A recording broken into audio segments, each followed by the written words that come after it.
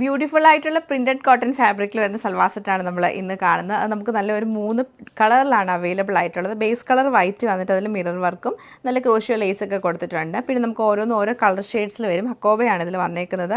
Bottom cotton സിൽക്കിൻ്റെ ബോട്ടവും ദുപ്പട്ട വരുമ്പോൾ ഷിഫോൺ ദുപ്പട്ടയാണ് പെയർ ചെയ്തേക്കുന്നത്. First colour white and pink colour കോമ്പിനേഷനിൽ വരും. പിന്നെ വൈറ്റും ലാവൻഡറും വരുന്നുണ്ട്. ലാസ്റ്റ് നമ്മൾ കാണുന്ന വൈറ്റും ഒരു ഡാർക്ക് പീച്ച് ടോണാണ്. അപ്പോൾ ഈ സൽവാസിൻ്റെ കളക്ഷൻ നമുക്ക് ഡീറ്റെയിൽ ആയിട്ട് കണ്ടുനോക്കാം.